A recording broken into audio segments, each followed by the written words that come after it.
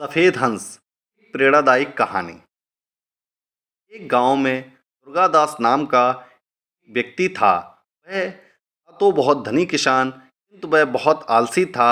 वह ना तो कभी अपने खेत खलियान देखने जाता था और ना ही अपने गाय भैंसों की वह कोई खोज खबर रखता था, ना ही अपने घर के सामानों की ही देखभाल करता था। अपना सब काम वह नौकरों पर छोड़ देता था। उसका सब काम उसके नौकर ही किया करते थे। लेकिन उसके इस आलस कुप्रबंधन से उसके घर की व्यवस्था धीरे धीरे बिगड़ने लगी। उसको खेती में हानि होने लगी थी। गायों के दूध घी से भी उसे कोई अच्छा लाभ नहीं होता था। एक दिन दुर्गादास का मित्र हरिश्चंद्र उसके घर आया। हरिश्चंद्र ने दुर्गादास के घर का हाल देखा। अपने मित्र का ऐसा हाल देखकर उसने यह समझ लिया, उसके समझाने से आलसी दुर्गादास अपना स्वभाव नहीं छोड़ेगा। इसलिए उसने अपने मित्र दुर्गादास की भलाई करने के लिए उससे कहा, मित्र, तुम्हारी ये हालत देखकर मुझे बड़ा दुख हो रहा है, लेकिन तुम घबराओ मत। तुम्हारी इस गरीबी को दूर करने का एक सरल उपाय मैं जानता हूँ। दुर्गादास ने अपने मित्र से उत्सुकतापूर्वक कहा, कृपा करके वह उपाय तुम मुझे बता दो, मैं उसे अवश्य करूँगा। हरिश्चंद्र ने अपने मित्र दुर्गादास को उसकी गरीबी को दूर करने का उपाय बताते हुए कहता है, सब पक्षियों के जागने से पहले ही मानसरोवर पर रहने वाला एक सफ़ेद हंस पृथ्वी पर आता है, लेकिन वह दोपहर 3 घंटे दिन चढ़े फिर वापस लौट जाता है। यह तो पता नहीं कि हंस कब आता है, किंतु जो व्यक्ति उसके दर्शन कर लेता है उसे कभी भी किसी बात की कमी नहीं होती है। अपने मित्र की बात सुनकर दुर्गादास मन ही मन कहता है, कुछ भी हो, मैं उस हंस का दर्शन अवश्य करूँगा।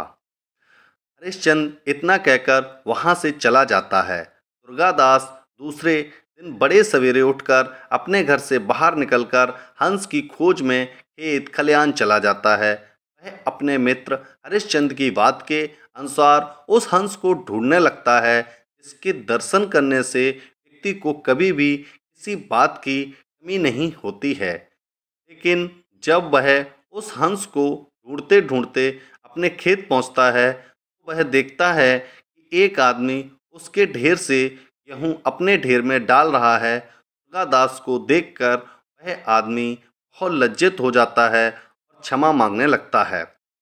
दुर्गादास अपने खेत खलियान से घर लौटकर अपने गौशाला में जाता है। वहाँ भी यह देखकर आश्चर्यचकित रह जाता है कि वहाँ का रखवाला गाय का दूध दोहकर अपनी स्त्री के लोटे में डाल रहा है। दुर्गादास उस रखवाले को डांटता है और उसके पश्चात वह घर पर जलपान करके हंस की खोज में वह फिर से निकल जाता है और खेत पर जाता है। वहाँ वह देखता है कि खेत पर अब तक मजदूर आए ही नहीं थे। वह वहीं रुक जाता है और जब मजदूर आते हैं तो उनसे देर से आने का कारण पूछता है और उन्हें डांटता भी है।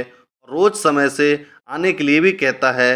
इस प्रकार वह जहाँ भी जाता है वहीं उसकी कोई न कोई हानि रुक जाती है। इस प्रकार सफ़ेद हंस की खोज में दुर्गादास प्रतिदिन सवेरे उठने और घूमने लगता है। उसकी देख रेख की वजह से अब उसके नौकर भी ठीक से काम करने लगते हैं। उसके यहाँ चोरी होनी बंद हो जाती है। पहले वह बहुत बीमार रहता था, लेकिन रोज़ सुबह घूमने की वजह से अब उसका स्वास्थ्य भी ठीक हो जाता है।